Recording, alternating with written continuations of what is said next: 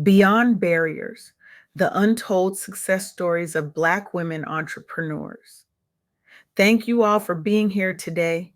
I'm deeply honored to stand before you, sharing groundbreaking insights I've gathered from my recent conversation with Kimmy King, a visionary researcher whose work is fundamentally transforming how we understand entrepreneurship among Black women. Kimmy isn't just collecting data, she's rewriting narratives, challenging assumptions, and creating pathways for recognition where none existed before. Her relentless pursuit of truth has illuminated success stories that have remained hidden for far too long, and her advocacy has opened doors for countless entrepreneurs who might otherwise have remained invisible. When we think about entrepreneurship in America, particularly venture backed startups, the images that typically come to mind rarely include Black women. The statistics we hear most often reinforce this invisibility. Fewer than 10% of entrepreneurs are Black, and Black owned businesses face a failure rate 20% higher than their white counterparts. These numbers tell a story of deficit and disadvantage. But what if I told you there's another story hiding in plain sight? This is where Kimmy King's research becomes revolutionary. Despite persistent barriers and slower progress compared to other groups, Black entrepreneurs, especially Black women, are achieving higher exit rates in venture capital backed startups than many realize. Female founded VC backed startups have a 19.4% exit rate, which actually outpaces their overall representation among such startups. Let that sink in for a moment. The women who manage to break through these barriers aren't just surviving, they're thriving. They're not just participating, they're excelling. This challenges the common narrative of deficit and highlights both resilience and untapped potential within our community. As I spoke with Kimmy, three key insights emerged that I believe can transform how we think about achievement, success, and progress for Black women entrepreneurs. First, we need to focus on resilience over representation. Yes, the numbers show a gap in startup formation rates for Black professionals, 22% lower than whites. That's real, and we shouldn't minimize it. But those who do break through often achieve significant success, demonstrating remarkable resilience against systemic odds. Second, access matters at every stage. From securing financing to scaling up and exiting, disparities exist at each step of the entrepreneurial journey. Yet, when access is given, such as venture capital backing, underrepresented founders can and do outperform expectations. Third, progress requires intentional action. The slow narrowing of race and gender gaps in entrepreneurship signals that change won't happen passively. It demands ongoing advocacy, support networks, and policy attention from within our communities and beyond. To illustrate these points, I want to share three powerful stories that Kimmy highlighted during our conversation. Let's start with the Sunda Brown Duckett at TIAAA. In 2021, Duckett became CEO of TIAA, making her one of only two Black women leading Fortune 500 companies as of 2025. Two out of 500, less than half of 1%. Duckett navigated an industry with historically low representation for both women and people of color. The financial services sector has long been dominated by white men, with systemic barriers preventing the advancement of diverse talent. But Duckett didn't just overcome these barriers, she transformed them into stepping stones. Her approach focused on inclusive leadership practices, mentorship programs, targeting diverse talent pipelines, and advocating internally for equitable advancement opportunities. Under her leadership, TIA has been recognized for its diversity initiatives while maintaining strong business performance. Duckett's journey included significant roles at JP Morgan Chase, where she led major divisions before breaking the glass ceiling at TIAA.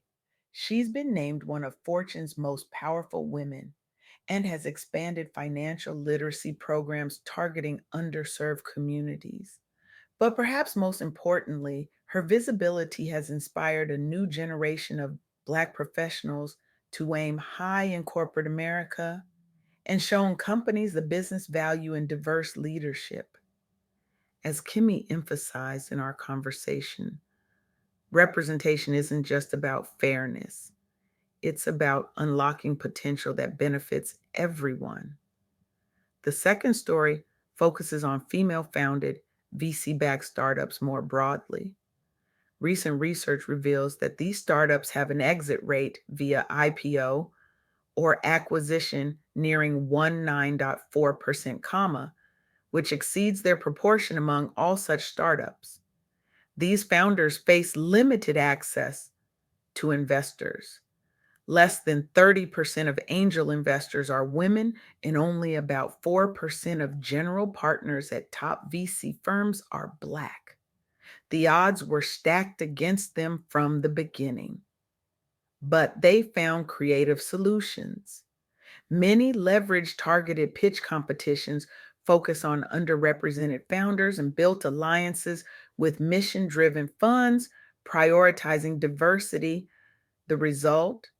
Higher than average successful exits relative to initial participation rates, a testament to overlooked entrepreneurial skill when resources align with opportunity.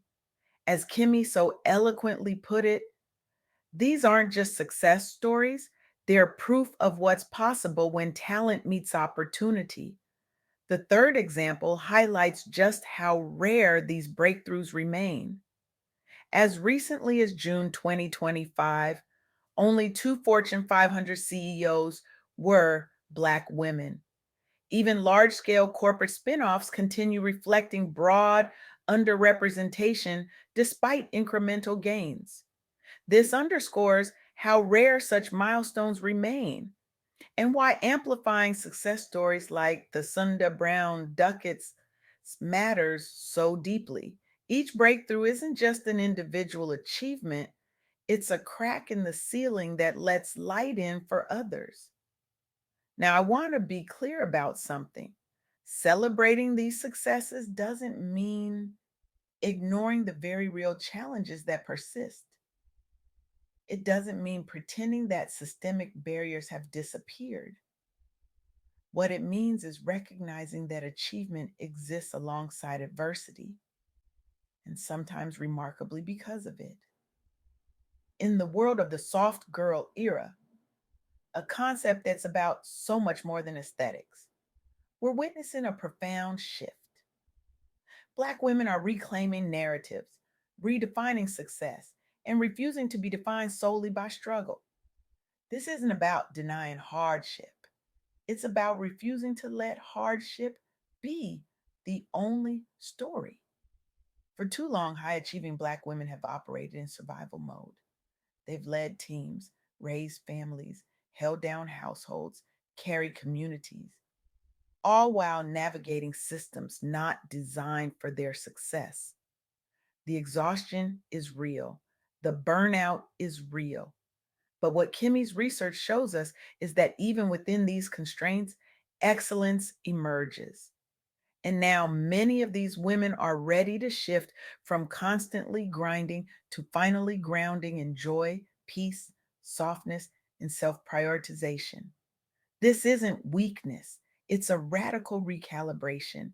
It's about dropping the superwoman cape, recognizing that softness is not weakness, but a radical act of self love. It's about learning to say no without guilt, protecting your energy as fiercely as you've protected everyone else's. It's about self love and authenticity, reclaiming your identity not as shaped by external expectations, but as defined by your own values and vision. For many Black women entrepreneurs, faith serves as a foundation for this transformation. It provides both the courage to pursue ambitious goals and the wisdom to rest along the way. As we consider the journey of Black women in entrepreneurship, we must acknowledge both the progress and the persistent gaps.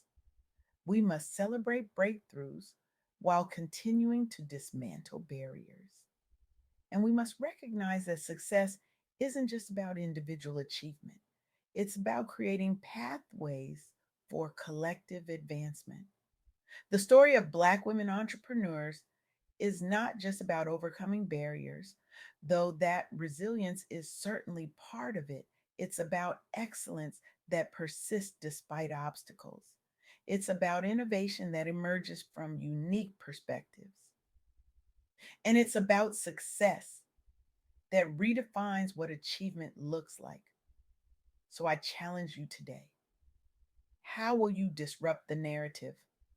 How will you recognize and amplify the excellence that exists all around us, even when mainstream stories fail to capture it? Whether you're an investor, look beyond traditional networks and metrics. Whether you're a policymaker, create systems that don't just remove barriers, but actively create access. Whether you're an entrepreneur, know that your success isn't just your own, it's a beacon for others. And if you're none of these things, you still have power: the power to question assumptions, the power to celebrate overlooked excellence, the power to demand more from institutions and systems that perpetuate inequity. This isn't just about representation in boardrooms or venture capital statistics. This is about recognizing that when we limit opportunity for any group, we limit human potential itself. We lose innovations that could transform industries. We miss solutions to problems we've struggled with for generations. The data is clear. When Black women entrepreneurs break through barriers, they don't just succeed, they excel. Imagine what would be possible if those barriers didn't exist at all. I leave you with this thought: the most powerful form of disruption isn't just challenging what exists, it's imagining and creating what could be. Let's not just talk about changing statistics. Let's commit to transforming systems. Let's not just acknowledge barriers. Let's dismantle them together. Because when we do, we won't just change outcomes for Black women entrepreneurs. We'll unleash potential that benefits us all. Thank you